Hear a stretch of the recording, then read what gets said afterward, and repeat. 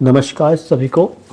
आज हम बात करेंगे तंत्र रचना की और वो किस तरह से आपके भविष्य को बनाने में सहायता करती है। इसे समझने के लिए कि तंत्र रचना क्या होता है, हम शुरुआत करेंगे अर्थशास्त्र से। और अर्थशास्त्र और तंत्र रचना के जो संबंध हैं उसके बारे में हम लोग समझेंगे। अर्थशास्त्र की जो जिस तरह से हमें समझाया गया है वो है कि एक मनुष्य का और वस्तु का, अर्थ का जो रिश्ता है, जो उसके जो संबंध हैं उनकी, उसके ऊपर शोध करना, उसको समझना, उसको तय करना और मतलब उनको समझना, उसी की शोध को हम लोग अर्थशास्त्र कहते हैं। उसी की पढ़ाई को हम लोग अर्थशास्त्र कहते हैं। अर्थशास्त्र में हम लोग समझते हैं कि कैसे कोई वस्तु हमारे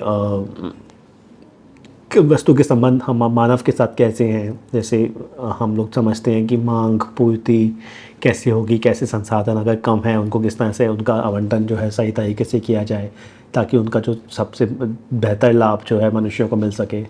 तो हम वस्तुओं और मनुष्य के बीच की जो स्टडी अर्थशास्त्र के ऊपर जब हम पढ़ाई करते हैं तो वहाँ पे हम लोग आगे जाके हम लोग पढ़ते हैं कि कैसे जो अर्थव्यवस्था है, जो अर्थ व्यवस्थाएँ बनाई गई हैं वो किस तरह से काम करती हैं।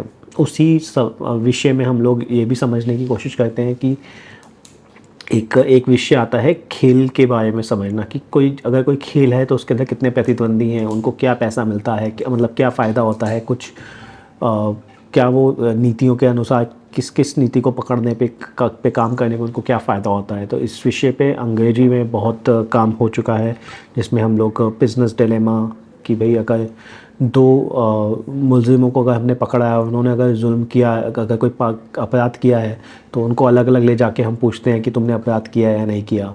अगर दोनों में से कोई अगर एक भी हाँ कह देता है कि मान लेता है कि उसने अपराध किया, तो जो उसको सज़ा जो होती है वो कम मिलती है, जो दूसरे वाले को सज़ा ज़्यादा मिलती है। अगर दोनों ही मान लेते हैं कि उन्होंने अपराध किया है तो फिर दोनों को बराबर सज़ा मिलती है। अगर दोनों ही नहीं मानते कि अपराध किया है तो दोनों को कम सज़ा मिलती है। तो इस तरह से हम लोग को ये जो डिलेमा होता है, एक बेसिकली दुविधा जो होती है एक अपराधी की कि क्या वो सच बोले या झूठ बोले, उसको भी हम लोगों ने एक विषय को पढ़ा है कि कैसे करते हैं। तो इस तरह से बहुत सारी जो स्थितियां हैं, परिस्थितियां जो होती हैं मनुष्य के आगे, उसको हमने एक खेल के माध्यम से समझने की कोशिश की कि वो क्या निर्णय लेता है, उसका निर्णय का क्या उसको फल मिलता है। इसको गेम थ्योरी कहा जाता है। मतलब खेलों को खेल सिद्धांत के रूप में स्थितियों को समझना। इसी के अंदर एक विषय आता है तंत्र रचना, मैकेनिज्म डिज़ाइन।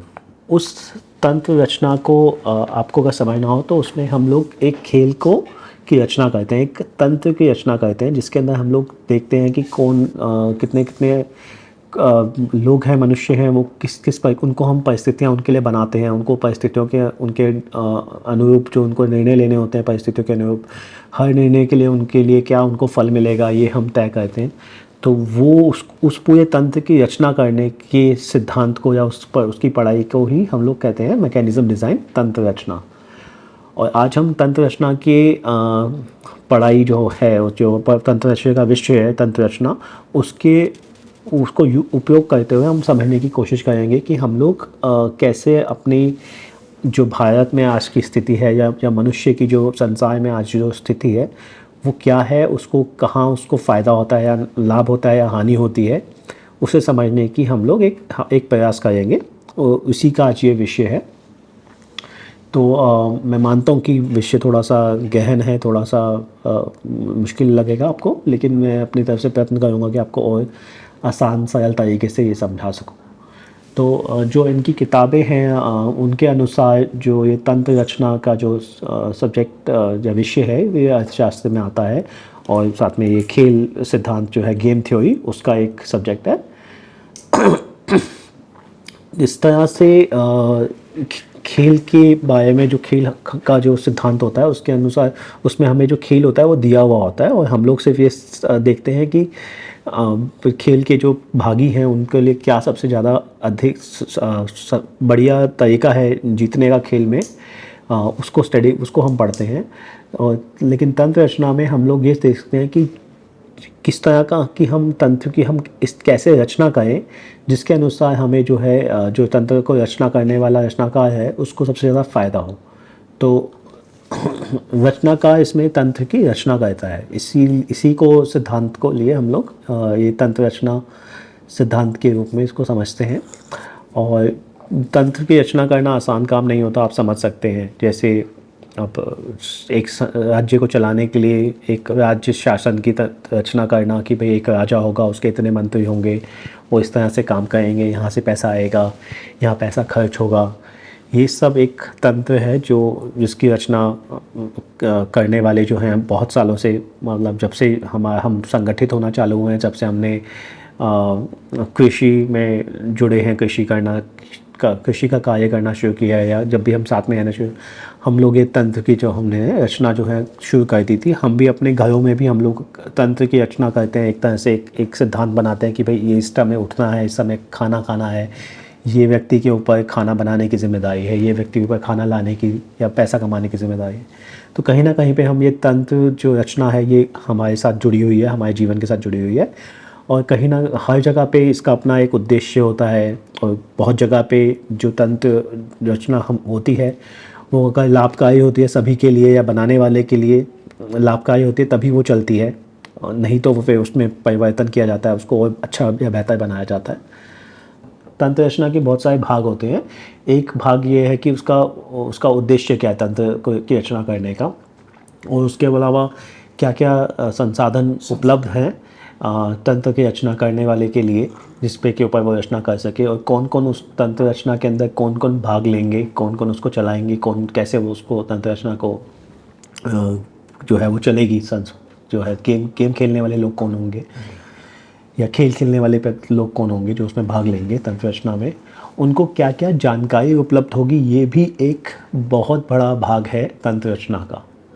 आप सारा की सारी जानकारी एक किसी व्यक्ति को नहीं दे सकते। जैसे सरकार चलाने के लिए जो पूरा का पूरा तंत्र एक साथ मिलके काम करता है, उसमें जो प्रतिभागी लोग होते हैं जो काम करते हैं, उनको सब कुछ नहीं पता होता, उनको सिर्फ उतना ही पता होता जितना उनको काम करने के लिए चाहिए होता है।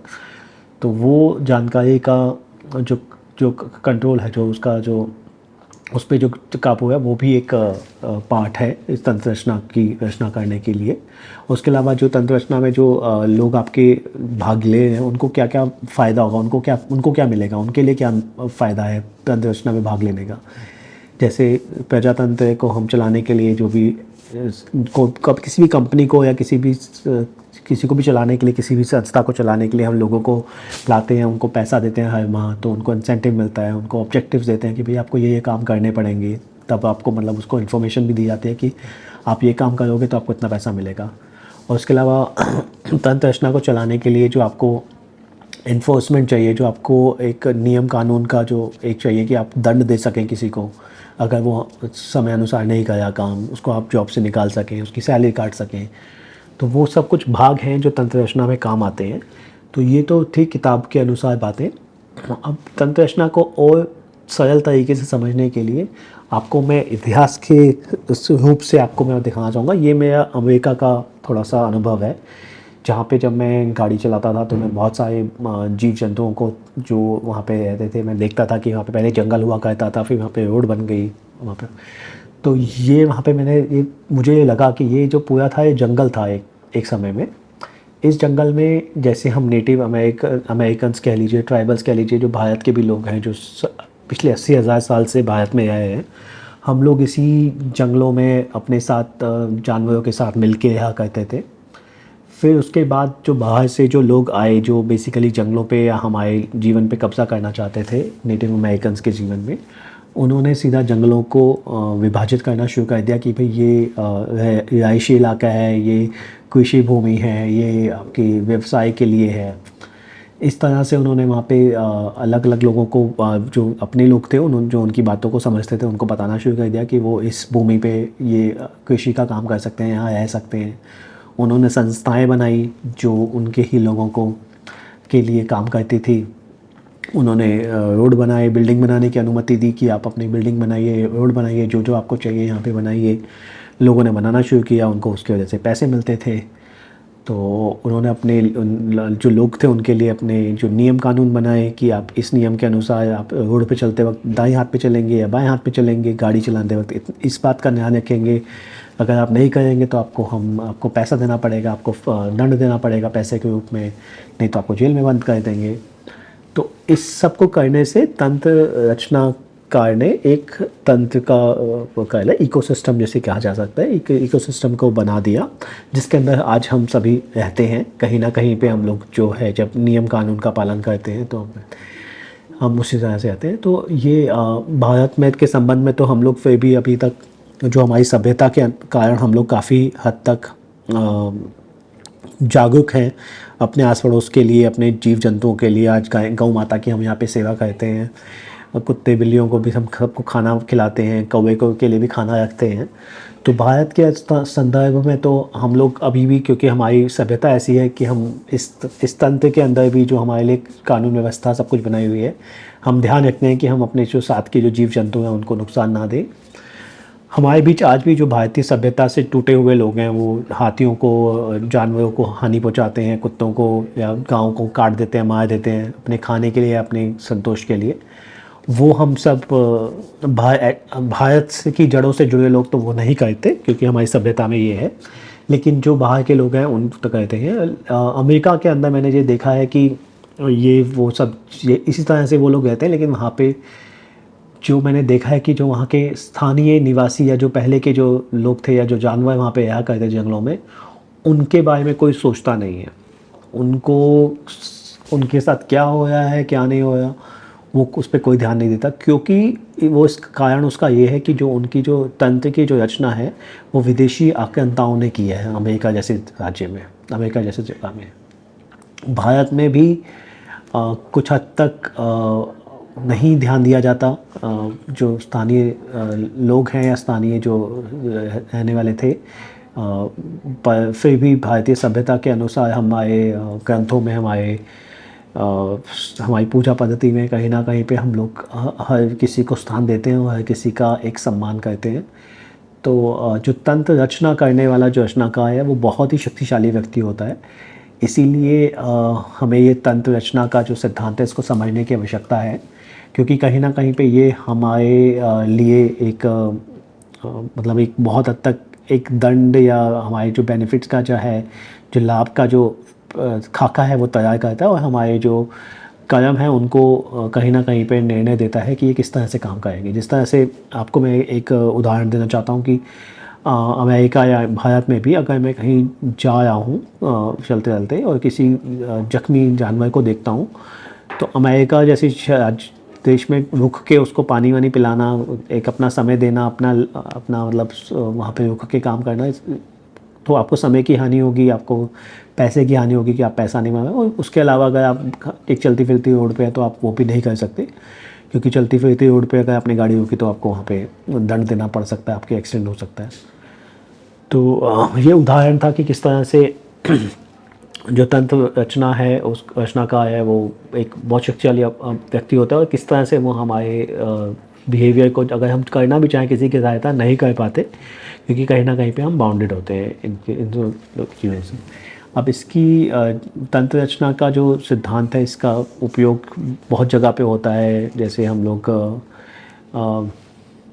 नीलामी के लिए नियम बनाना, बाज़ार में नियम बनाना, ये रोड के नियम बनाना, खेल के नियम बनाना, किस तरह से आपकी नीतियाँ निर्धारित होंगी उसके नियम बनाना, ये सब कुछ है जहाँ पे आप तंत्र रचना के सिद्धांतों का उपयोग कर सकते हैं।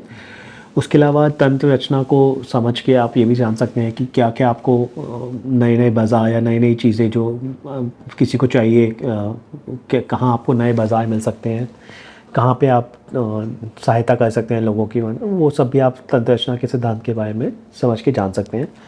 सबसे जो उत्कृष्ट उदाहरण, जो मैं उत्कृष्ट कह लीजिए, एक जो उदाहरण जो मुझे साफ साफ दिखाई देता है तंत्र रचना का, वो है नम्बी नारायण जी के केस में, जो इसरो में एक मुख्य काफ़ी मुख्य उसमें थे, पद पे थे, जिसके कारण जो भारत के इसरो को पिछले 1994 के बाद से काफ़ी पैसा मिल सकता था, फ़ायदा हो सकता था।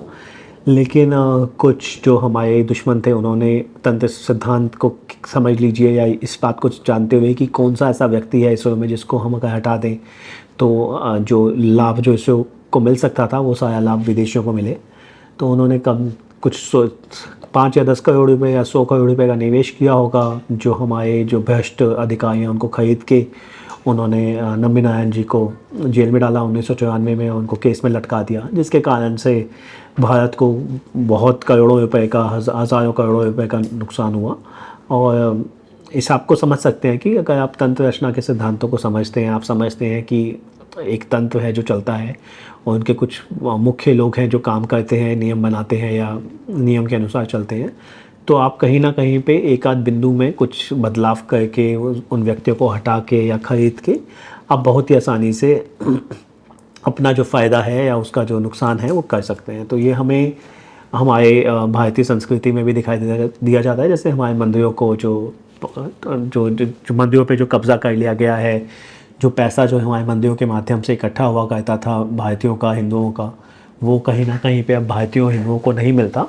तो ये तंत्र रचना का ही एक हिस्सा है जो तंत्र रचना को समझने वाले लोगों ने कम से कम जगह पे जाके बदलाव करके, चाहे भ्रष्ट लोगों को जो मंदिर जो खुले मंदिर हैं उनको चलाने के लिए दे दिया या जो अच्छे लोग थे उनको हटा दिया।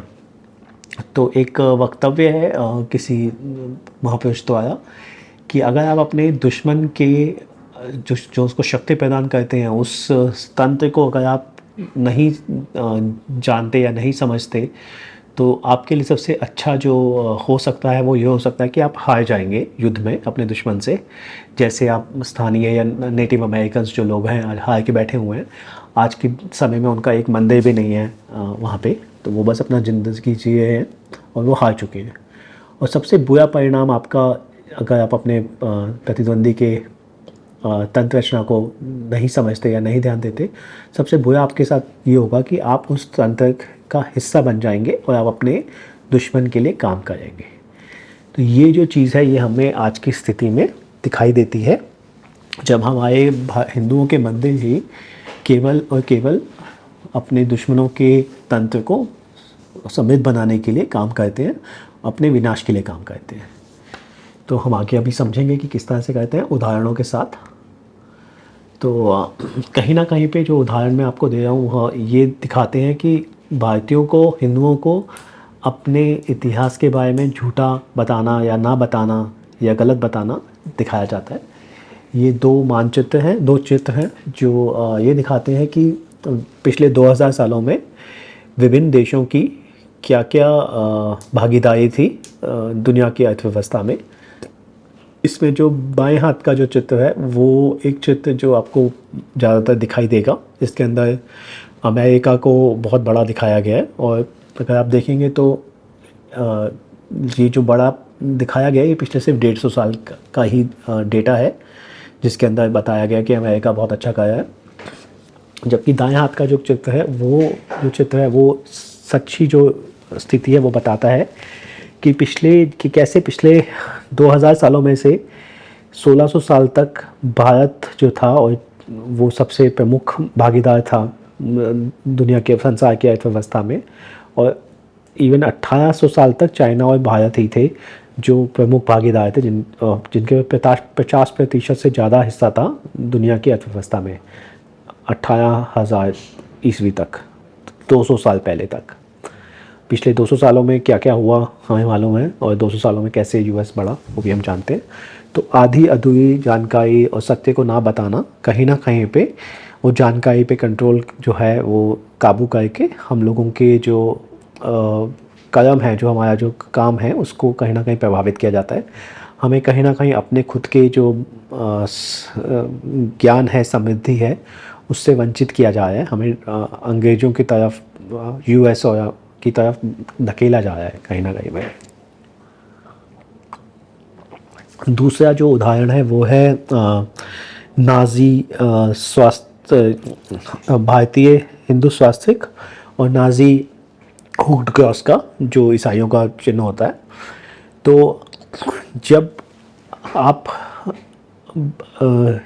अंग्रेजी से जर्मन और अंग्रेजी का ट्रांसलेशन आप अगर गूगल पे देखेंगे तो एक शब्द है हेकन, उसका अर्थ है अंग्रेजी में हुक्ड, मतलब हुक्ड मतलब वो हुक लगा हुआ जैसे होता है टेढ़ा। और दूसरा शब्द है क्रूज, उसका अर्थ है क्रॉस, मतलब जो ईसाइयों का जो क्रॉस होता है वो।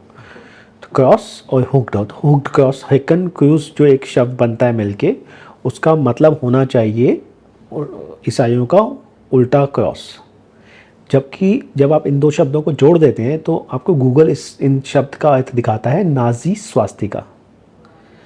अब जो शब्द है हेकन क्रूज, जिसका अर्थ होना चाहिए हुक्ड क्रिश्चियन क्रॉस, उसका अर्थ हिंदू वाला स्वास्तिका कैसे हो जाता है, ये आपको समझने के लिए ये समझना पड़ेगा कि कहीं ना कहीं पे जिस व्यक्ति ने इसको अनुवाद किया उसने गलत किया, उसने हिंदुओं के साथ गलत किया। क्योंकि इस एक गलती कह लीजिए या जानबूझ के की गई चेंज के लिए, एक जानबूझ के की गई बदलाव के लिए, परिवर्तन के कारण करोड़ों हिंदुओं को आज भारत के बाहर अपनी जान पे खतरा रहता है जब भी वो स्वास्तिका का प्रयोग करते हैं अपनी गाड़ी में, अपने घर पे। तो कहीं ना कहीं पे ये जो तंत्र रचना का सिद्धांत है उसमें कहाँ पे क्या बदलाव करना है, उससे क्या परिणाम होंगे लोगों के लिए, जो लोग इसमें हैं, जो हम जैसे अब भारतीय और जो गैर भारतीय लोग हैं, वो सभी लोग नाजियों के द्वारा यहूदियों का किया गया नरसंहार को बहुत ही नेगेटिव तरीके से देखते हैं। लेकिन वहीं पे जो नाजी का जो क्रिश्चियन क्रॉस था उसको मिस ट्रांसलेट या उसको गलत अनुवाद, उसको हिंदू स्वास्तिका के साथ जोड़ के उन्होंने जो गैर भारतीय लोग हैं उनको भारतीयों का दुश्मन बना दिया। तो ये कहीं ना कहीं पे हमारे साथ खेल खेला गया है जिससे हमारे सबकी जान पे खतरा है। और आपको अब थोड़ा एहसास हो रहा होगा कि ये तंत्र रचना को समझना, किस गलती से या किसके कारण क्या क्या काम गलत किया जा सकता है, कैसे करोड़ों लोग हिंदुओं की जान को डाला जा सकता है, उसमें क्या कैसे किया जाता है, ये आपको अब समझ में आने लगा होगा, आशा करता हूँ मैं।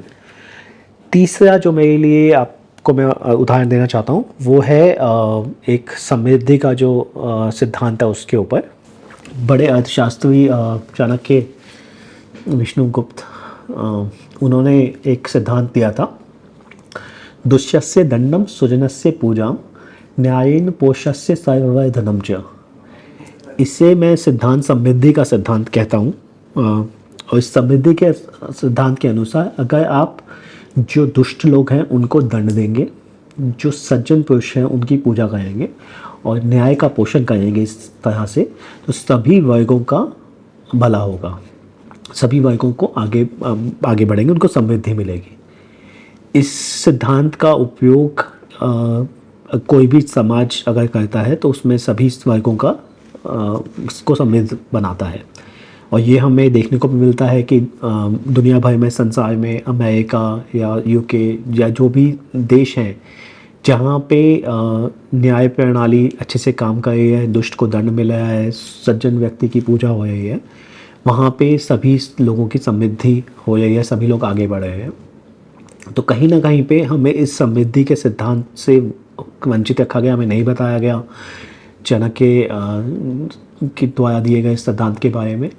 और कहीं ना कहीं पे भारतीय समाज में, भारत में हम देखते हैं कि ये जो सिद्धांत है इसका उपयोग नहीं होता, इसको गलत किया जाता है, इस सिद्धांत के विपरीत काम किया जाता है। हमारे यहाँ पे जो दुष्ट लोग हैं उनकी पूजा होती है, जो सज्जन व्यक्ति है, साधु संत हैं, उनको कहीं ना कहीं पे दंड भी दिया जाता है, तिरस्कार भी किया जाता है। कोई टीका लगा के, अगर हिंदू व्यक्ति है टीका लगाता है, मंदिर जाता है, पूजा पाठ करता है, तो हमारे जो टीवी चैनल्स हैं, हमारे जो मूवीज़ वाले हैं, वीडियो वाले बनाने वाले हैं, फिल्म बनाने वाले हैं, वो उनको कहीं ना कहीं पे पापी दिखाते हैं, जिससे लोगों का जो बर्ताव है वो उनके प्रति नकारात्मक बनता है। दूसरी ओर जो सच में जो गलत काम करते हैं, जिनको दंड मिलना चाहिए, जो दुष्ट लोग हैं, उनको कहीं ना कहीं पे अच्छा दिखाया जाता है फिल्मों में, और कहीं ना कहीं पे उस कारण से उनको बहुत मान सम्मान मिलता है।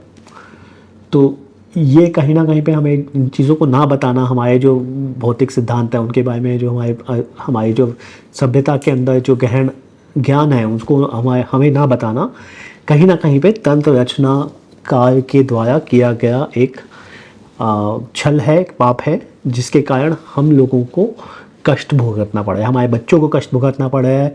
हमारे बच्चे जो आज अमेरिका या ऑस्ट्रेलिया या बाहर विदेशों में पढ़ाई कर रहे हैं, वो स्वास्तिका का प्रयोग नहीं कर सकते। वो समृद्ध बनने के लिए उनको एक तो अपने देश में समृद्ध नहीं बन सकते क्योंकि ये समृद्धि के सिद्धांत का पालन नहीं किया जाता। जब यहाँ पे नहीं करते तो वो बाहर जाते हैं, बाहर जाके उनके जीवन पे खतरा होता है क्योंकि वो स्वास्तिका का प्रयोग नहीं कर सकते।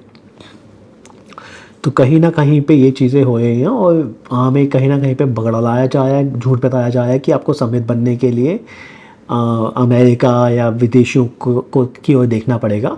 जबकि सत्य ये है कि पिछले 2000 साल में 1800 साल तक हम समृद्ध थे अपनी सभ्यता के अनुसार, बिना अंग्रेजी के, बिना किसी विदेशी सहायता के हम समृद्ध थे अपनी सभ्यता के अनुपालन करते हुए। तो ये 3 उदाहरण थे। इसके बाद में आपको एक और जो अंग्रेज़ों के लिए मैं कुछ बताना चाहूँगा कि ये अंग्रेज़ी बोलने वाले जो बहुत बड़े लोग हैं, जो अपने आप को अंग्रेज़ी का विद्वान समझते हैं, उनसे अगर आप कभी मिलें, कभी बात करें, तो उनसे कुछ शब्दों के बारे में जानिएगा कि क्या उनको इन शब्दों का अर्थ मालूम है। ये एक शब्द है ट्रेडिशनल नॉलेज बैंक।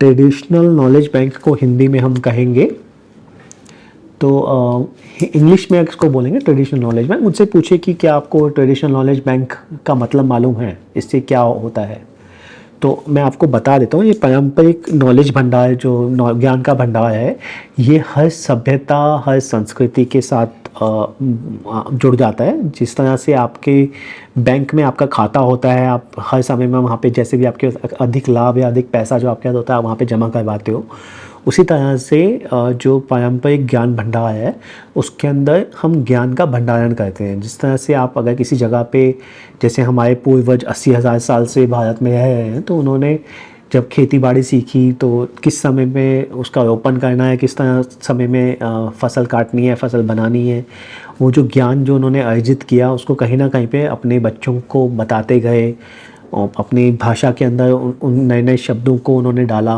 उस भाषा के साथ और सभ्यता के साथ और संस्कृति के साथ उन्होंने धीरे धीरे करके जो ज्ञान जो उनको मिलता गया, जैसे किस समय सर्दी ज़्यादा होती है, किस समय सर्दी कम पड़ती है, होली खेलने का सही समय क्या है, कब क्यों होली खेलते हैं, कैसे हम अपने त्वचा को तैयार करते हैं बदलते मौसम के लिए। तो उन्होंने कहीं ना कहीं पे इस सारे ज्ञान को जब संजोया तो उसमें आयुर्वेद के ज्ञान और जो संस्कृति के अंदर उन्होंने सांस्कृतिक त्योहारों में उन ज्ञानों को डाला, भाषा के अंदर डाला। तो जो भाषा और आपकी संस्कृति होती है वो भंडारण का काम करती है ये पारंपरिक ज्ञान के लिए। और पारंपरिक ज्ञान जो हम भारतीयों का है वो है कम से कम 10,000 साल से ज़्यादा पुराना है। और वहीं जब हम विदेशियों का जिनकी हम भाषा बोलते हैं, आज अंग्रेजी भाषा में इतनी बात करते हैं, उनका जो ट्रेडिशनल नॉलेज बैंक या पारंपरिक ज्ञान का भंडार है वो कुछ 100-200 साल पुराना है, इससे ज़्यादा पुराना भी नहीं है। क्योंकि उन्होंने डार्क एजेस देखे, उनके वहाँ पे सब काट कुट दिया, ख़त्म कर दिया वहाँ पे बहुत सारे भंडार को। हमारे भी जो ज्ञान के भंडार को ख़त्म करने की कोशिश की गई, जैसे नालंदा विश्वविद्यालय को जलाया गया, बहुत सारी जो पांडुलिपियाँ थी, ज्ञान की जो बातें थी लिखी थी वो हटा दी गई। लेकिन फिर भी हमारी भाषा क्योंकि जीवित है, संस्कृत अभी तक जीवित है और हमारे त्यौहार और हमारी सभ्यता अभी तक जीवित है कहीं ना कहीं। तो हम लोगों के जो भंडार है ज्ञान का वो काफ़ी हद तक है। तो उनसे पूछिए क्या उनको ट्रेडिशनल नॉलेज बैंक के बारे में मालूम है, और कहीं ना कहीं पे आपको पता लग जाएगा कि उनको ये वाली बात नहीं बताई गई होगी उनके अंग्रेजी के जो विद्वान हैं उनमें। दूसरा जो शब्द है जो आप अपने अंग्रेजी विद्वानों से पूछ सकते हैं वो है मकॉलिज़म, मकॉल्यवाद।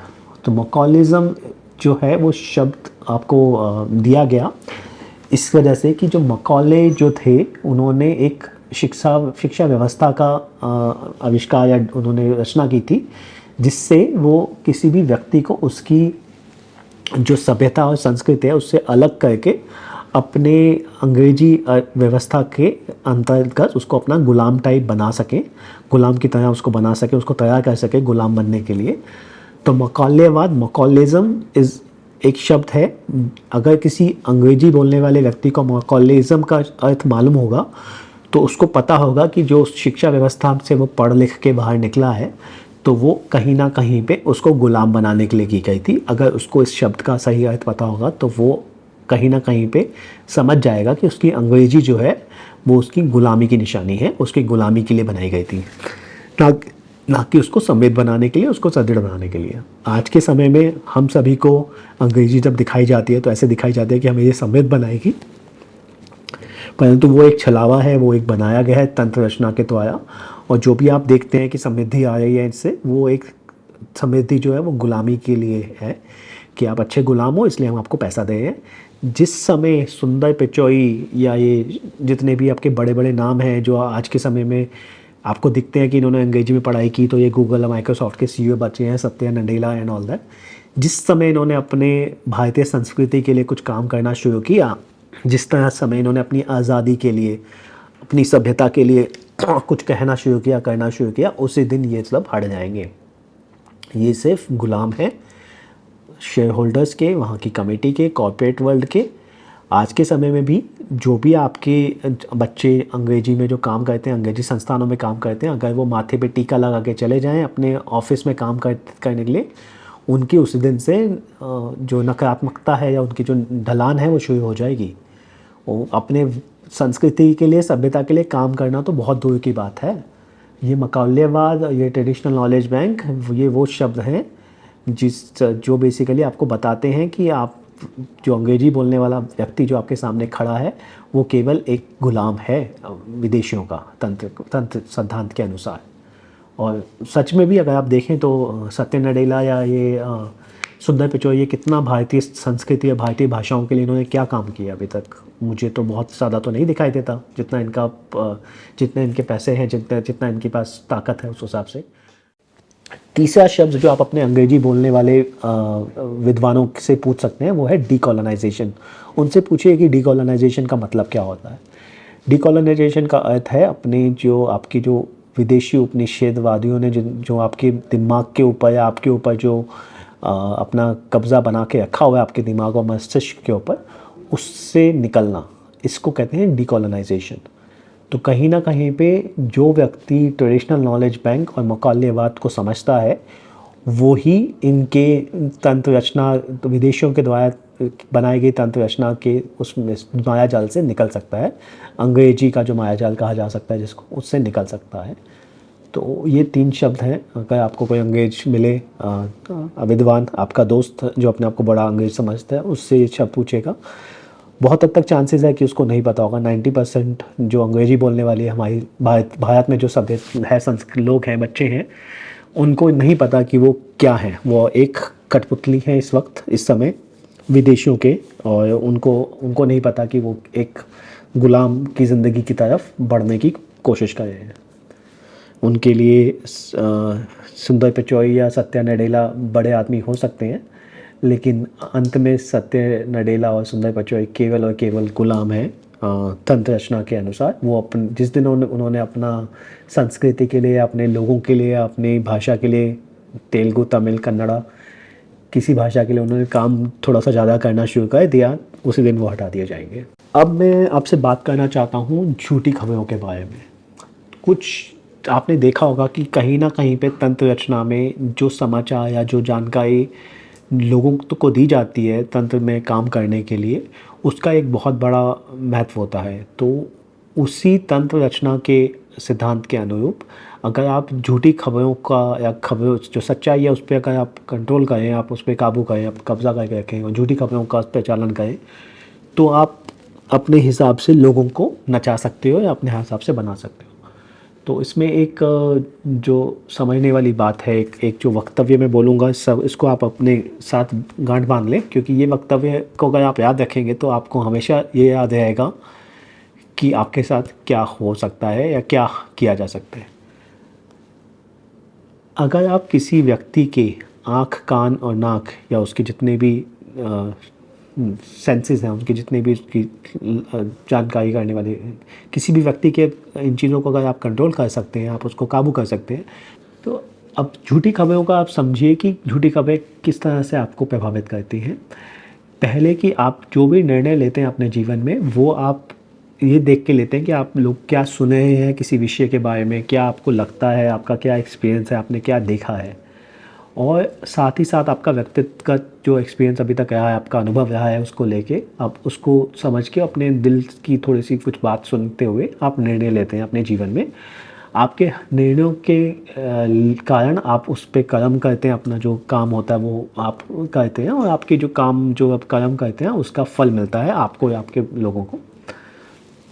यही कारण है कि करोड़ों रुपए जो है वो मीडिया एडवर्टाइजमेंट और फेसबुक, ट्विटर, गूगल, ये सब पे खर्च किया जाता है, ताकि आपकी आँख, कान और नाक उनके ऊपर काबू किया जा सके, उनको कंट्रोल किया जा सके झूठी खबर के द्वारा या किसी भी माध्यम से।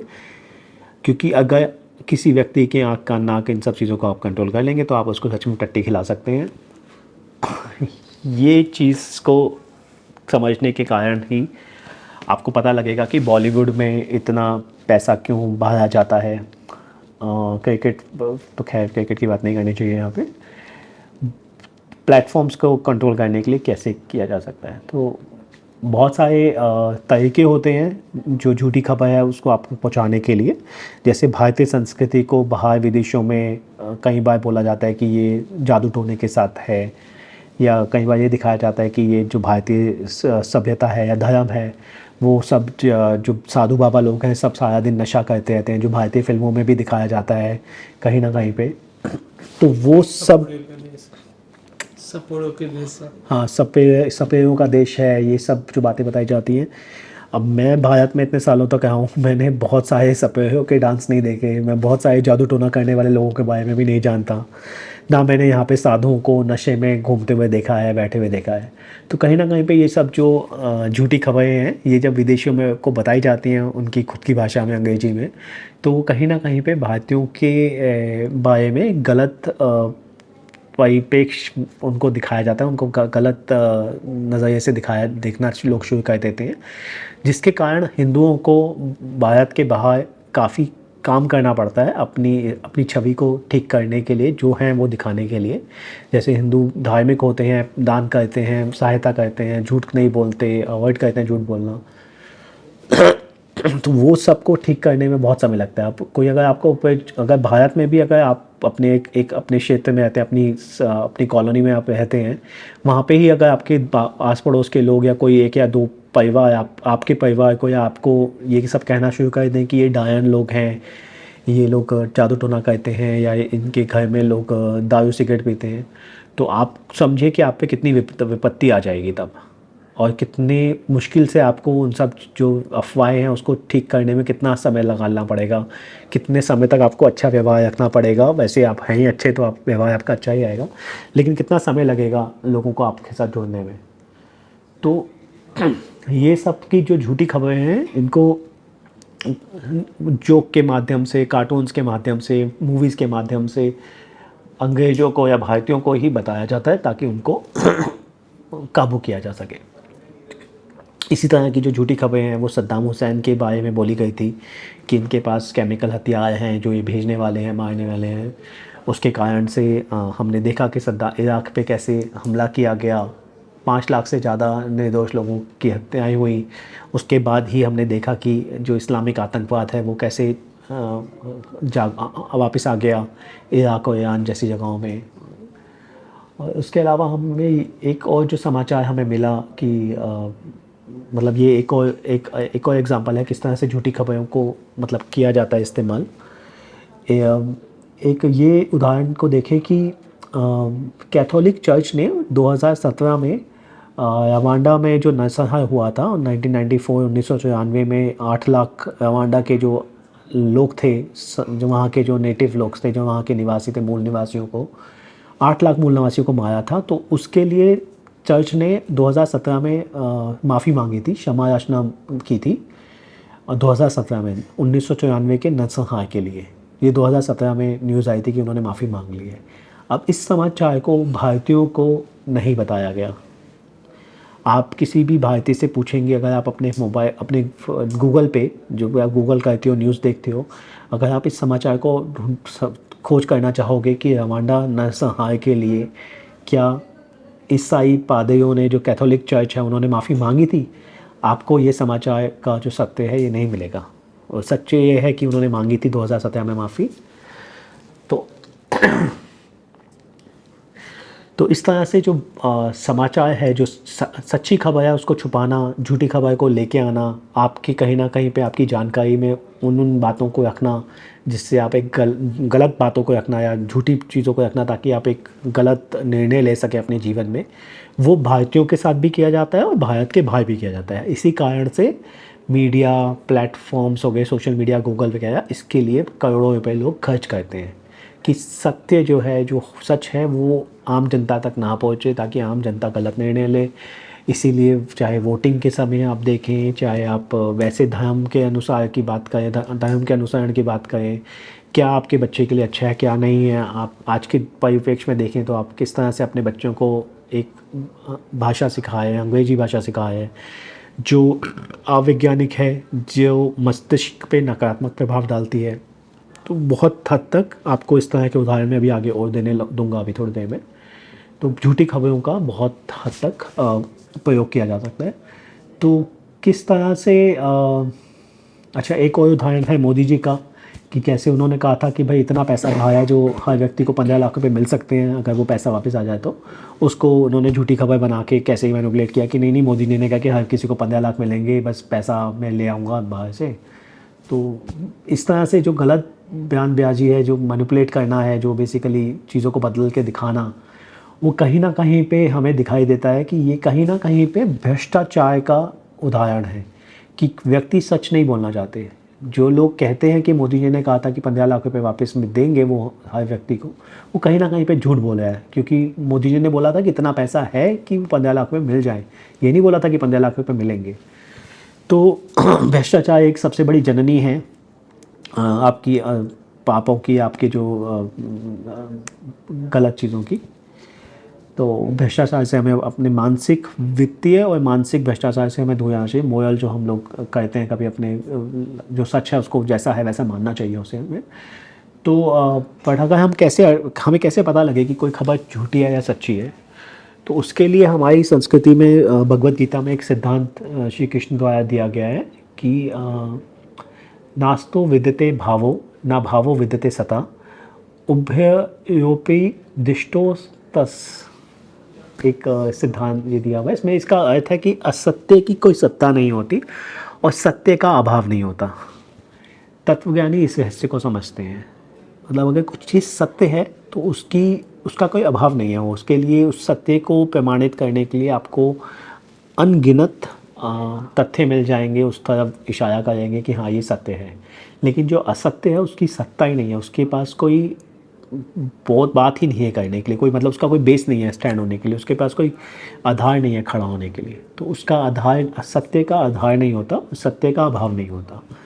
अगर कोई बात है, कोई अगर सत्य है तो उसका आधार ही नहीं होगा, उसका आधार ढूंढने में आपको दिक्कत होगी, लेकिन सत्य का अभाव नहीं होगा कभी भी।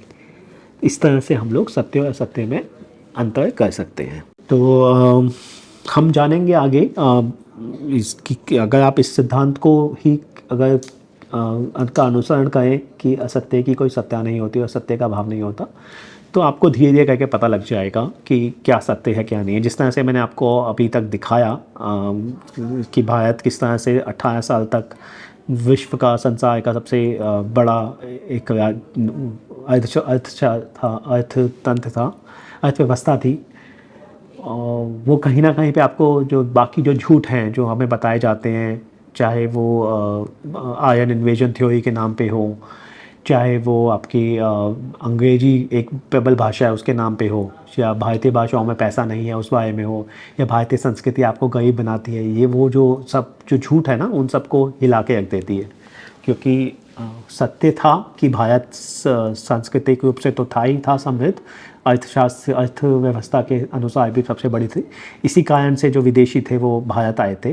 भारतीय कभी विदेश ऐसे नहीं गए पैसे कमाने के लिए। और इसी कारण से खिलजी और ये जितने भी आक्रांताएँ थी बाहर से विदेश भारत आई थी, तो ये बहुत सारे सत्य हैं जो आपको इसी सत्य की ओर लेके जाएंगे कि भारत की संस्कृति, भारत की भाषाएं और भारत का जो व्यवस्था था, अर्थव्यवस्था थी, वो बहुत ही समृद्ध थी और दुनिया की सबसे बड़ी अर्थव्यवस्थाओं में से थी। विदेशों ने जो हमें इस बात को से थोड़ा सा हमें बताने की कोशिश की कि नहीं आपको अंग्रेज़ी सीखनी पड़ेगी समृद्ध बनने के लिए, वो कहीं ना कहीं पे बहुत बड़ा झूठ है। अब कुछ जो बातें हमने सीखी हैं तंत्र रचना के सिद्धांत को पढ़ के और समझ के कि कुछ किसी भी तंत्र के अंदर, तंत्र रचना के अंदर हमें जो अगर हम क्या जानना चाहते हैं, हमें क्या समझने की आवश्यकता है, वो है कि सच्चाई क्या है, सत्य क्या है। तंत्र रचना जो बनाया गया है, क्या उसके अंदर कहीं ना कहीं पे झूठी खबरों का प्रयोग किया गया है ताकि जो लोग हैं जो तंत्र रचना में जो जुड़े हुए हैं, क्या वो गलत निर्णय लें और कहीं ना कहीं पे मतलब इनमें जो खेलने वाले, जो तंत्र के अंदर जो जुड़ने वाले लोग हैं, जो तंत्र के अंदर काम करते हैं, क्या उनका शोषण होता है, क्या वो लोगों को समृद्धि से दूर किया जा रहा है झूठी खबरों के बारे में। और तंत्र रचना को बनाने वाले जो रचनाकार है उसका उद्देश्य क्या वो बच्चों का शोषण करना चाहता है तंत्र रचना, या लोगों को गुलाम बनाना चाहता है। ये कुछ प्रश्न हैं जो हम लोगों के लिए ज़्यादा ज़रूरी है और किस तरह से हम अपने आप को बचाएं ऐसे तंत्र रचना से या तंत्र से जो हमारे शोषण के लिए काम कर रहा है, जो हमारे विरुद्ध काम कर रहा है। क्योंकि तंत्र तो हर जगह ही है, तंत्र की रचना आप स्वयं अपने घर पे भी करते हो, हर जगह करते हो। तो आपको कहीं ना कहीं पे समझने की आवश्यकता है कि आपके अगर माता पिता ने एक नियम अनुसार, अनुशासन के अनुसार एक चीज़ बनाई है कि आप सुबह उठ के नहाइए, धोइए, ब्रश कीजिए, पाठशाला जाइए, गुरुकुल जाइए, अपने गुरुओं का, बड़ों का सम्मान करें, वो तंत्र अगर बनाया है तो क्या वो उन्होंने अपने कुछ किसी गलत उद्देश्य के साथ के लिए बनाया है या सभी की भलाई के लिए बनाया है? क्या वो आपको झूठ बोलते हैं जब वो कहते हैं कि भाई नहाना चाहिए डेली, नहीं तो आपकी शरीर में मैल इकट्ठी हो जाएगी और आप बीमार पड़ेंगे? तो ये कुछ प्रश्न हैं जो आपको बेसिकली जब आप तंत्र को समझ रहे हैं किसी को, तो उसको समझने के लिए थोड़ा सा ध्यान आपको देना पड़ेगा ना।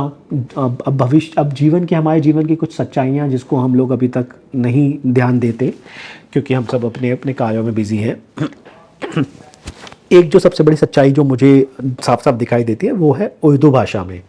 उर्दू को हम भाषा के रूप में उसका मतलब उसको मान देते हैं, उसको सम्मान देते हैं, लेकिन अगर आप समझें तो उर्दू क्या है। एक हिंदी को अगर आप किसी फ़ारसी लिपि में लिख के और फ़ारसी भाषाओं के कुछ शब्द उसमें डाल दें, क्या वो नई भाषा बन जाएगी?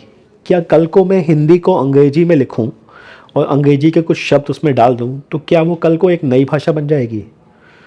तो उर्दू क्या सच में कोई नई भाषा है? मुझे तो नहीं लगता। मतलब जो मुझे जितना मुझे उर्दू का समझ में आता है वो केवल हिंदी है जिसको हम एक फ़ारसी लिपि में लिखते हैं और कुछ फ़ारसी के शब्द उसमें डाल देते हैं।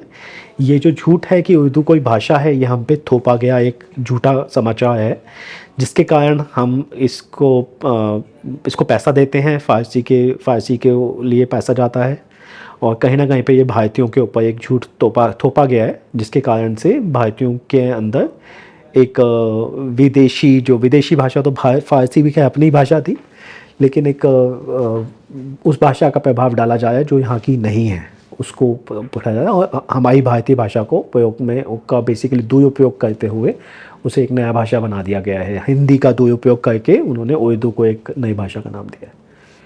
दूसरी जो सत्यता मैंने जीवन में अभी देखी है कि जो अंग्रेजी है, जो एक बेसिकली अवैज्ञानिक भाषा है जिसके अंदर हम लोग को पता नहीं है कि किस शब्द को किस तरह से उसका उच्चारण करना है।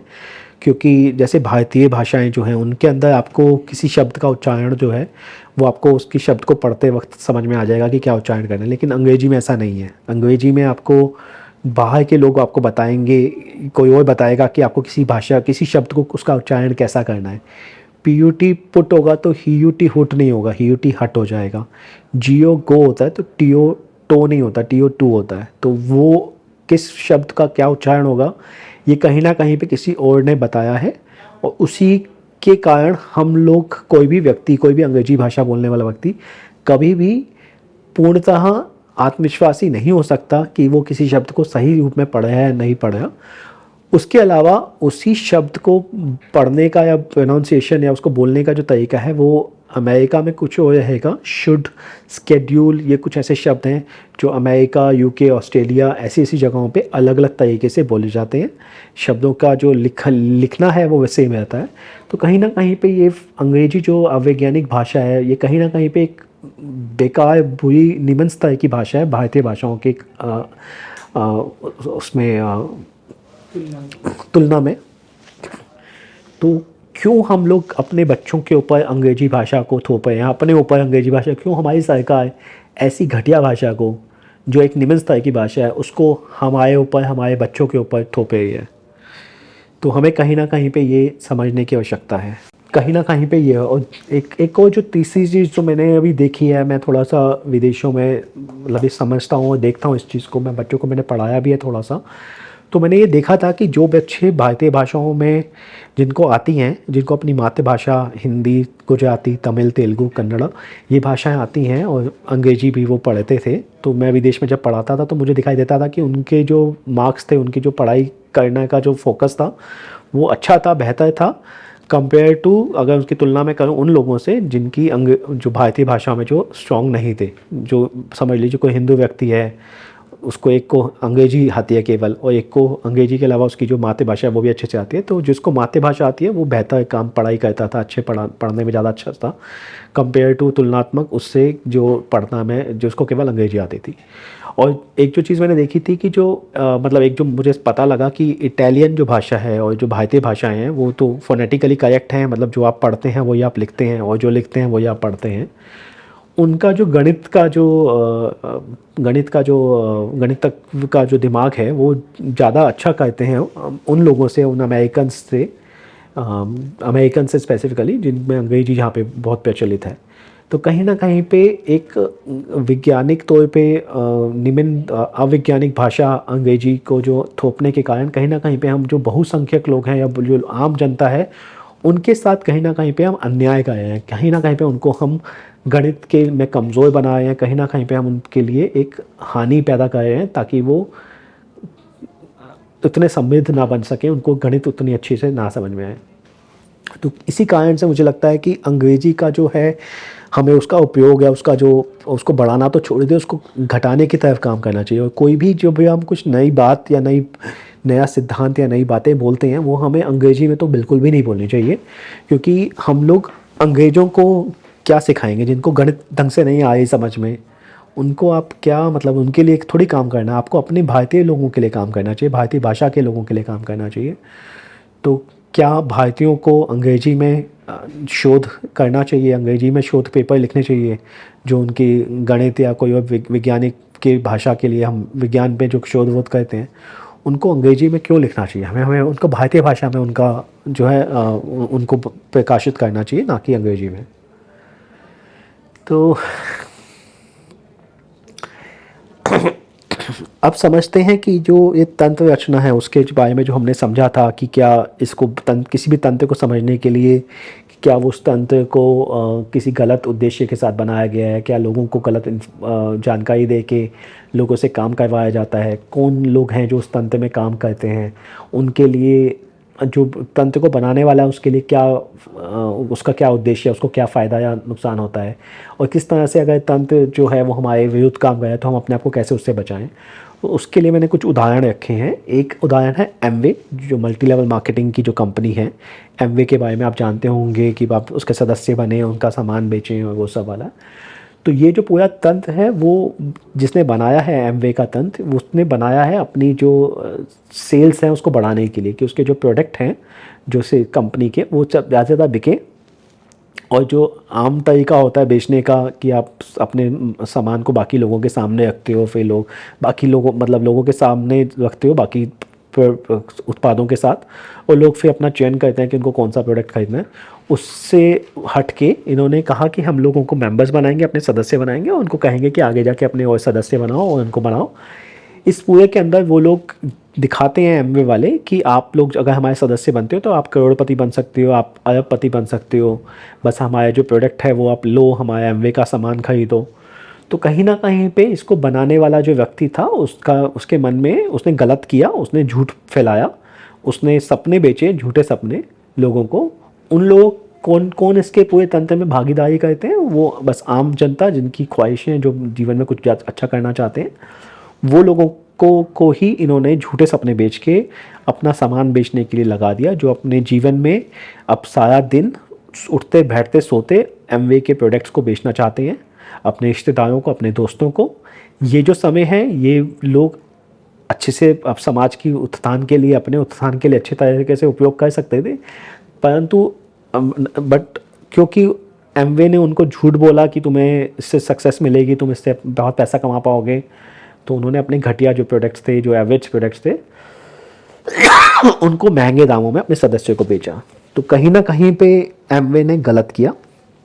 इस सब का फ़ायदा क्या होता है? रचनाकार को उसको ज़्यादा सेल्स मिलती है, उसको अपने सेल्समैन जो मतलब सामान बेचने वाले लोग हैं, बिना पैसा दिए, बिना पेरोल पे रखे, बिना उनको हर मंथली पैसा दिए, उसको करोड़ों लोग मिल जाते हैं, लाखों लोग मिल जाते हैं जो अच्छा जीवन में करना चाहते हैं उन, बट वो सारा दिन अपना जीवन जो है वो इनकी एमवे की सेल्स बढ़ाने में लगा देते हैं।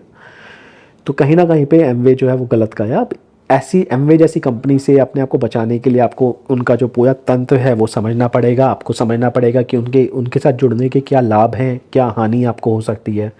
एमवे जैसी संस्था के साथ जुड़ने का सबसे बड़ी हानि जो है वो ये है कि आप उठते बैठते सोते जागते उनके सामान को बेचने के लिए आप काम करते हो और आपको पैसे जो हैं वो कुछ भी नहीं मिलते एक तरह से देखा जाए तो कहीं ना कहीं पे आपको लोगों को झूठ बोलना पड़ता है, तभी वो आपके सदस्य बनेंगे, तभी वो काम का आगे बढ़ाएंगे। तो एमवे एक एग्जांपल है तंत्र रचना के अनुसार समझने का कि तंत्र कैसे काम करता है, उसकी रचना का उद्देश्य क्या होता है, किस तरह से वो जो नेगेटिव इन्फॉर्मेशन या झूठी खबरें हैं उसका प्रसारण करता है, जो भोले भाले लोग हैं उनको अपने इस तंत्र के साथ जोड़ के उनका शोषण करता है, उनका समय लेता है बिना पैसे दिए। दूसरा जो उदाहरण है इस विषय में वो है अब्राहम द्वारा बोले गए झूठ का, जिसके कारण हम बहुत सारे जो पश्चिम के जो धर्म जो कहे जाते हैं, ईसाईयत, ये तीनों जो धर्म हैं, वो कहीं ना कहीं पे अब्राहम द्वारा बोले गए वो एक झूठ के कि भाई भगवान आया था, उसने उसको बोला कि ये 10 बातों का ध्यान रखे और अपना एक खुद का धर्म बनाए। कहीं ना कहीं पे वो उस सिद्धांत को हम समझेंगे कि वो तंत्र की कैसे रचना की और क्या हुआ। अब ये तंत्र जो था इसको अब्राहम ने बनाया या उसके बाद के जो कुछ लोग थे, समूह थे, उन्होंने बनाया, जो आज तक इस झूठ को जो है हर किसी के गले में उतारने में लगे हुए हैं। जो उसने भी बनाया वो उसने इसलिए बनाया कि वो भगवान के नाम का दुरुपयोग करके लोगों के जीवन को अपने काबू में रख सके।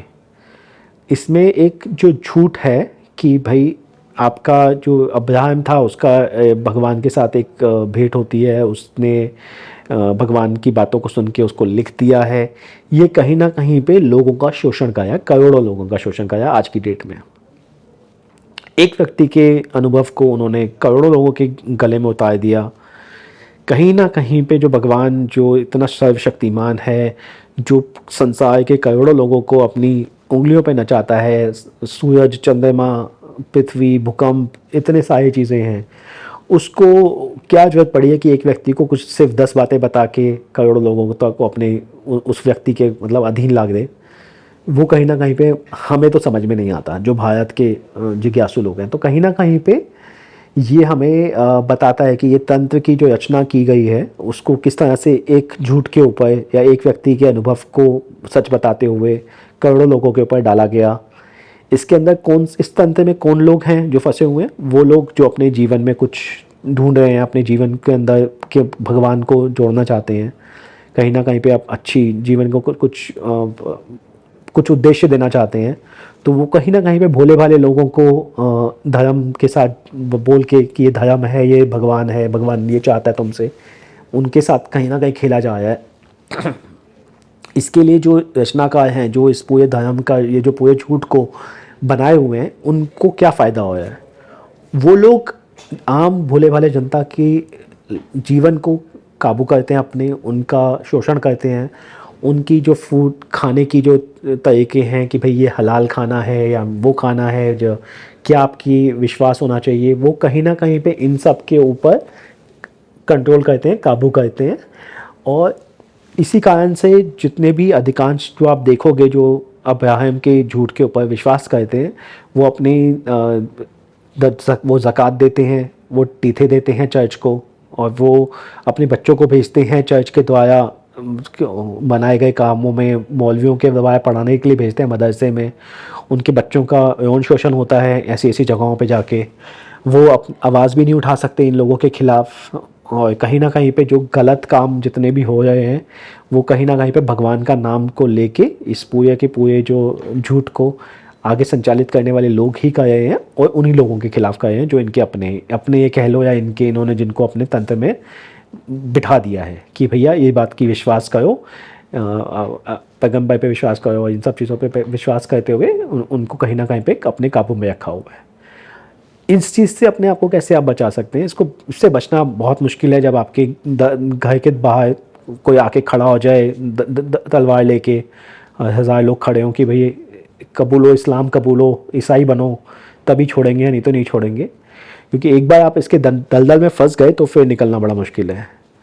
लेकिन फिर भी आप बाहर रहते हुए इस पूरे चीज़ से आप इस पे प्रश्न कर सकते हो, इनके पूरे तंत्र पे।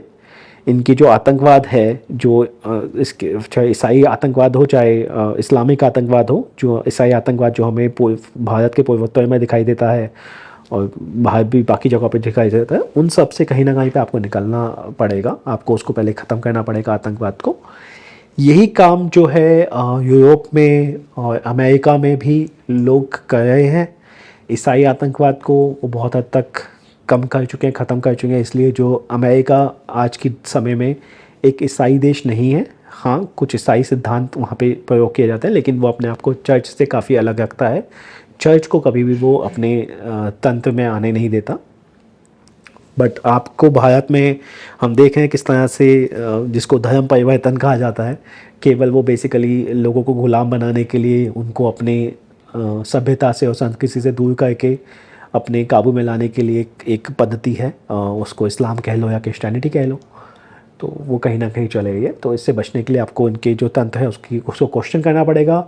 अब्राहम ने जो झूठ बोला था उसको प्रश्न करना पड़ेगा।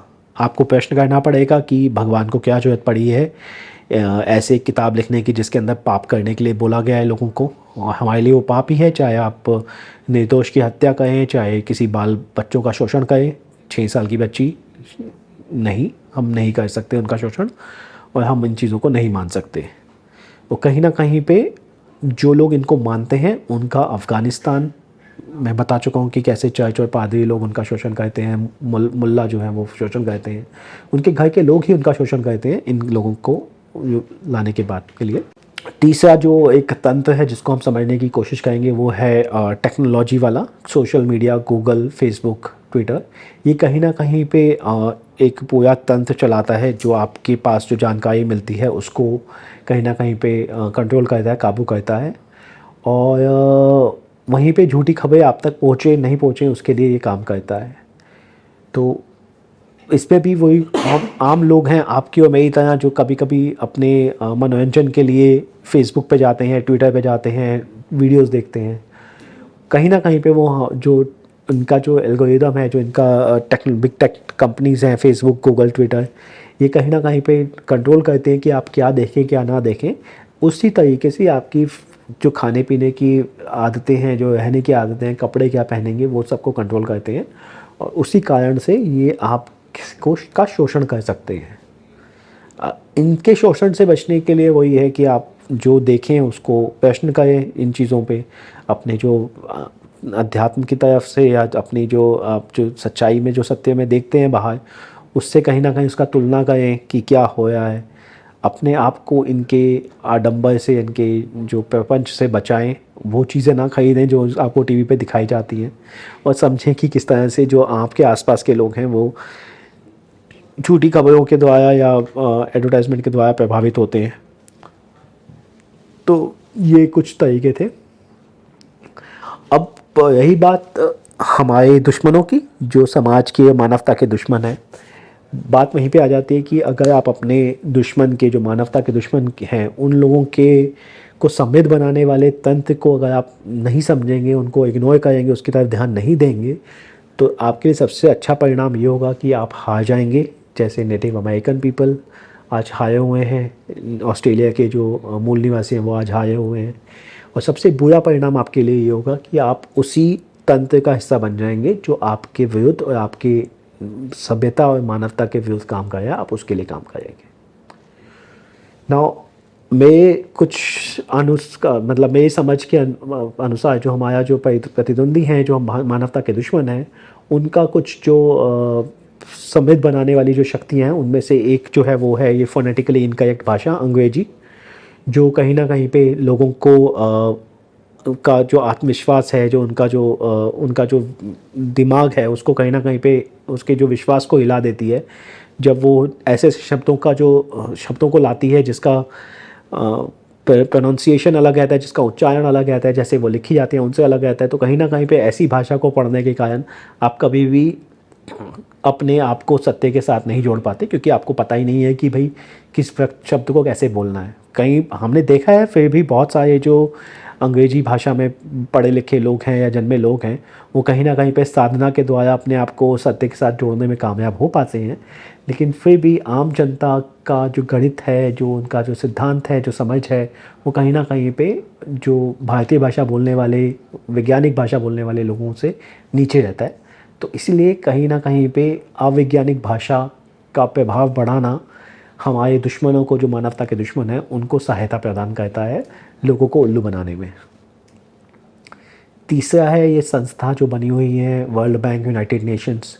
ये वो संस्थाएं हैं जिनसे आप उम्मीद करते हो कि आपको सत्य बताएंगी, और ये संस्थाएं आज भी अब्राहम द्वारा बोले गए झूठ को कुछ ना कुछ वो देती हैं, सम्मान देती हैं, कुछ ना कुछ उसको मानती हैं, उसके झूठ को। एक आम व्यक्ति जब इस झूठ को पकड़ सकता है, देख सकता है कि भाई ये झूठ है, ये भगवान के नाम को इस्तेमाल करके करोड़ों लोगों से झूठ बोला जा रहा है, तो यूनाइटेड नेशंस, वर्ल्ड बैंक, इन सबको तो उस झूठ को पहले बता देना चाहिए था। बट कहीं ना कहीं पे ये उनकी विफलता है। तो कहीं ना कहीं पे ये जो झूठ को कायम रखने के लिए ये जो संस्थाएं बनी हुई हैं, ये कहीं ना कहीं पे उनको साथ दे रही हैं।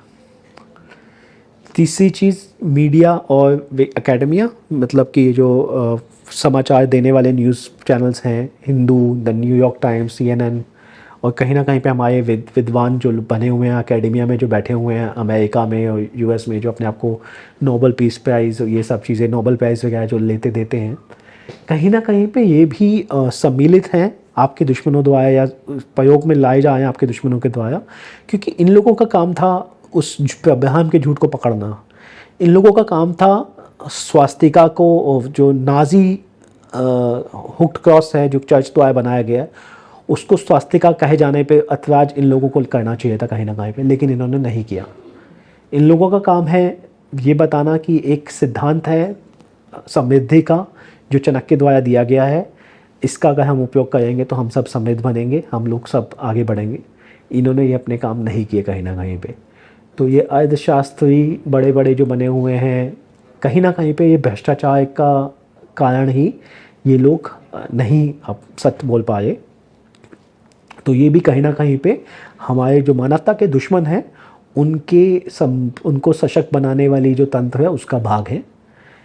चौथा है एलोपैथी मेडिसिन, जो बेसिकली आयुर्वेदिक और जो नेचुरल साइंसेस थी उसको ख़त्म करके बनाई गई है। कहीं ना कहीं पे जो एलोपैथी मेडिसिन है, ये कहीं ना कहीं पे आपकी जो पारंपरिक ज्ञान भंडार है, ट्रेडिशनल नॉलेज बैंक, उसके द्वारा अर्जित जो इन्फॉर्मेशन है, जो नॉलेज है, उसको कहीं ना कहीं पे कैप्सूल्स और ये दवाइयों में बना के या आप अपने खुद के चीज़ों को डाल के पैसा कमाने के लिए लोगों को एक निर्भरता कायम करती है। ये नहीं चाहती कि आम व्यक्ति अपने आप को ठीक कर सके, अपनी दवाई खुद बना सके, अपने रसोई में से या अपने आस पड़ोस के जंगलों से दवाइयों औषधियों को ला सके। तो कहीं ना कहीं पे इनका बढ़ावा देना, इनके बारे में ही बात करना, जो हमारे मंदिर आज तक कहते हैं। आजकल आपने देखा होगा कि मंदिर, बड़े बड़े मंदिर जो हैं वो एलोपैथी के हॉस्पिटल बनाए हैं, एलोपैथी की दवाइयों को प्रोत्साहन दे रहे हैं। कहीं ना कहीं पे वो अपने ही विरुद्ध, अपने लोगों के विरोधी काम कर रहे हैं। कहीं ना कहीं पे वो जो हमारे सिद्धांत के अनुसार जो हमारे दुश्मनों के जो तंत्र है, जो उनको समृद्ध बनाता है हमारे दुश्मन को, उसके साथ जुड़ गए हैं, उसी को बढ़ा रहे हैं। भारतीय और जो पारंपरिक ज्ञान भंडार है उसको उसको उतना प्रोत्साहन नहीं दे, तो कहीं ना कहीं पे ये एलोपैथी मेडिसिन भी जो है हमारे दुश्मनों को का आधार है उसको समृद्ध बनाने का। उसके अलावा जो कई देशों के जो सरकारें हैं वो भी इनके झूठों को नहीं पकड़ती। भारत के अंदर ही भारतीय सरकार ने कितना आपको बताया समृद्धि के सिद्धांत के बारे में, या ये जो किया जा रहा है क्रिश्चियन हुक्ड क्रॉस को स्वास्तिका बताया जा रहा है, नाजीज़ को हिंदू बताया जा रहा है, उस झूठ के विरोध में भारतीय सरकार ने कितना किया, बाकी सरकारों ने कितना काम किया।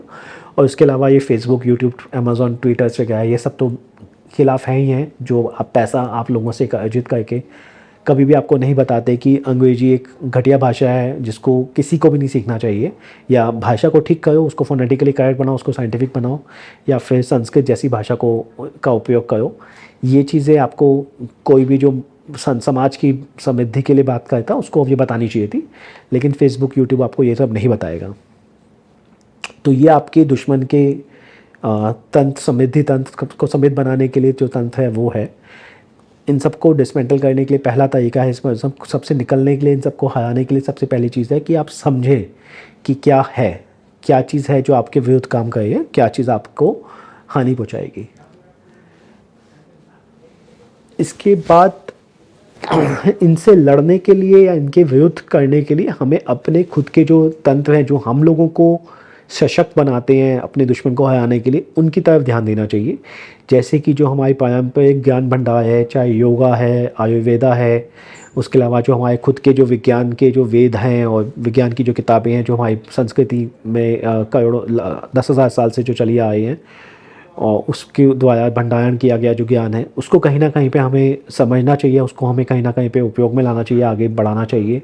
सत्य जो है वो एक और जो चीज़ है जो आपके पास है, जो आपके जो पावर स्ट्रक्चर है, जो आपका समृद्ध बनाने का जो तंत्र है, वो आपके इस तरफ है। सत्य केवल एक दिया ही काफ़ी है अंधकार से भरे एक कमरे को में अंधकार को हराने के लिए। तो ये कारण है कि हमें पता है कि हम जीत सकते हैं इनके खिलाफ, परंतु ये आपको समझना पड़ेगा कि आपको सच की तरफ रहना पड़ेगा। उसके अलावा जो हमारा गुरुकुल का जो परंपरा थी, जिसके अंदर हम गुरुकुल के माध्यम से शिक्षित करते थे लोगों को, कहीं ना कहीं पे हमें उसको ठीक से करना पड़ेगा।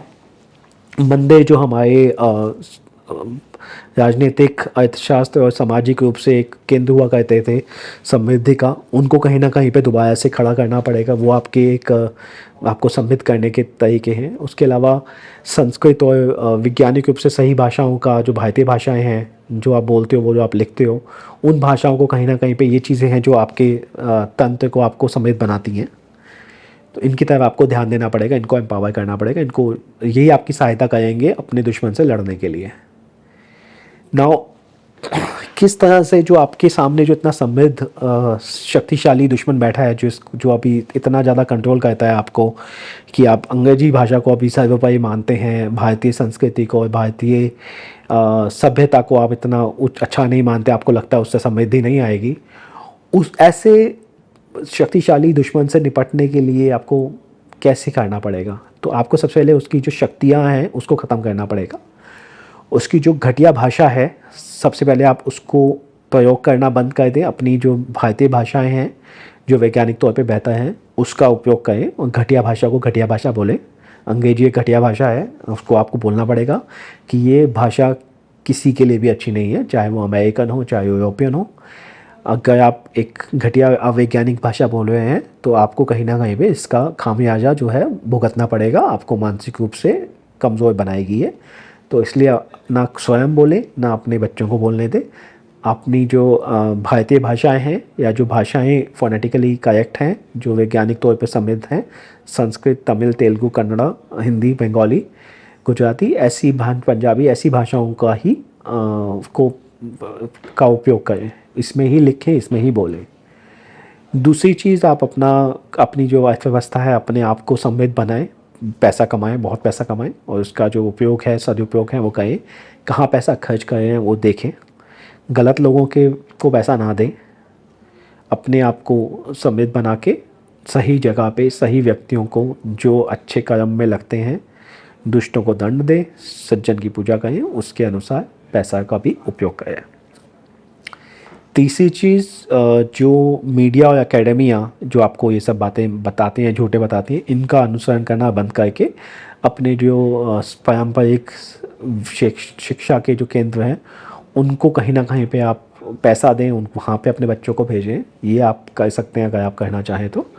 सरकार को इस तरफ ध्यान देना चाहिए। अकेले करना थोड़ा मुश्किल होगा, तंत्र के अंदर रहते हुए आपको मुश्किल हो सकती है, लेकिन ये कुछ काम है जो किए जा सकते हैं।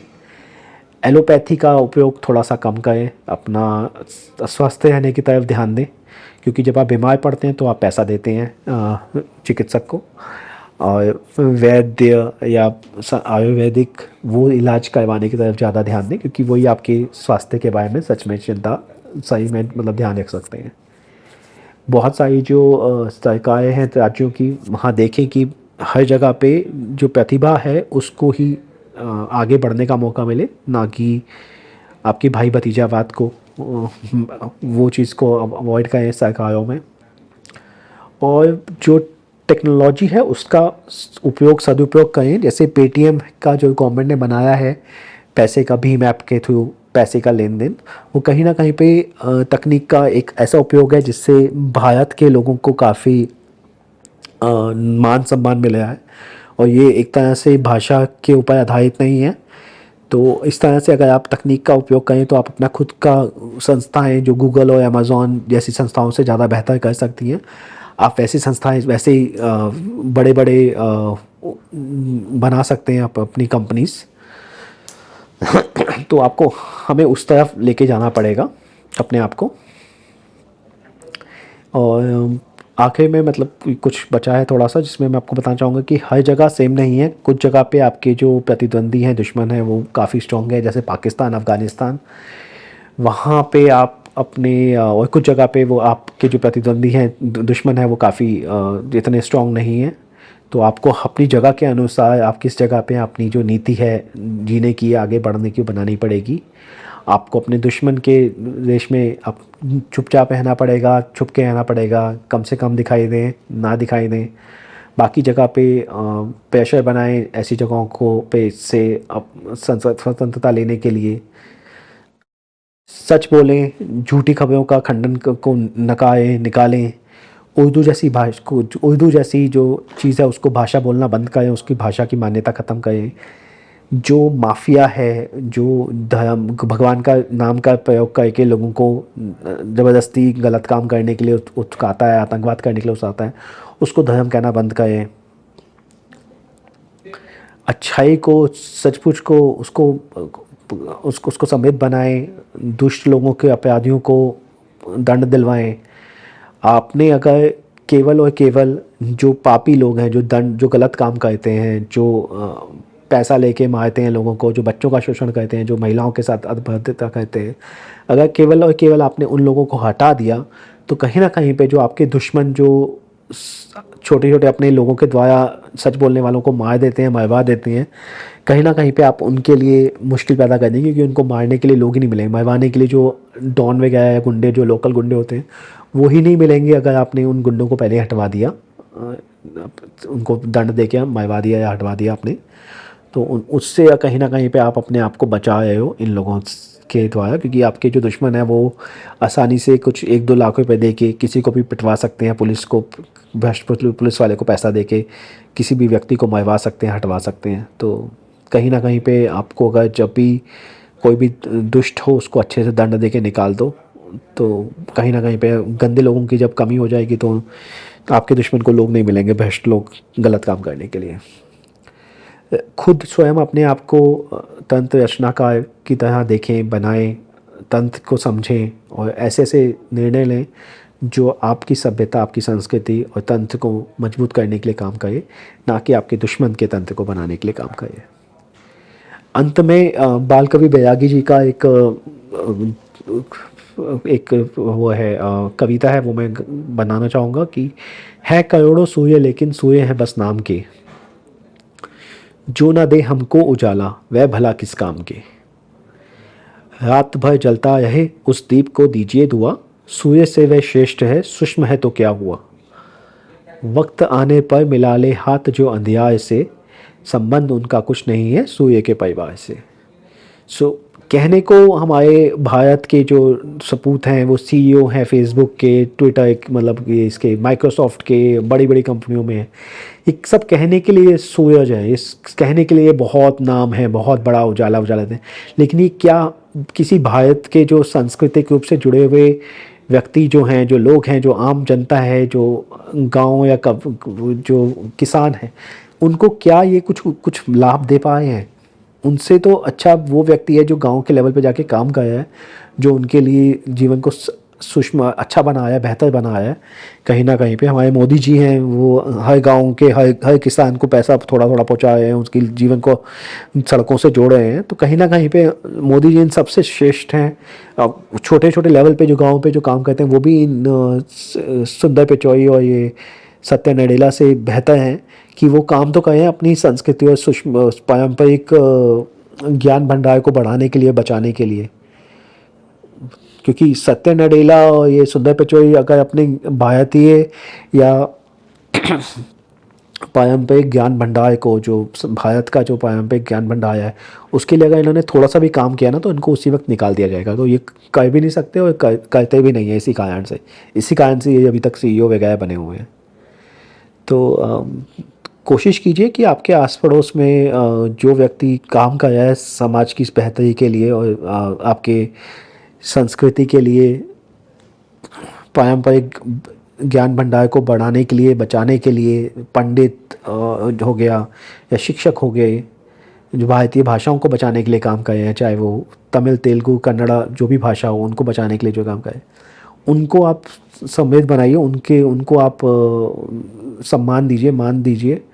वही आपको कहीं ना कहीं पे आपको मतलब अंधकार से बचाएंगे।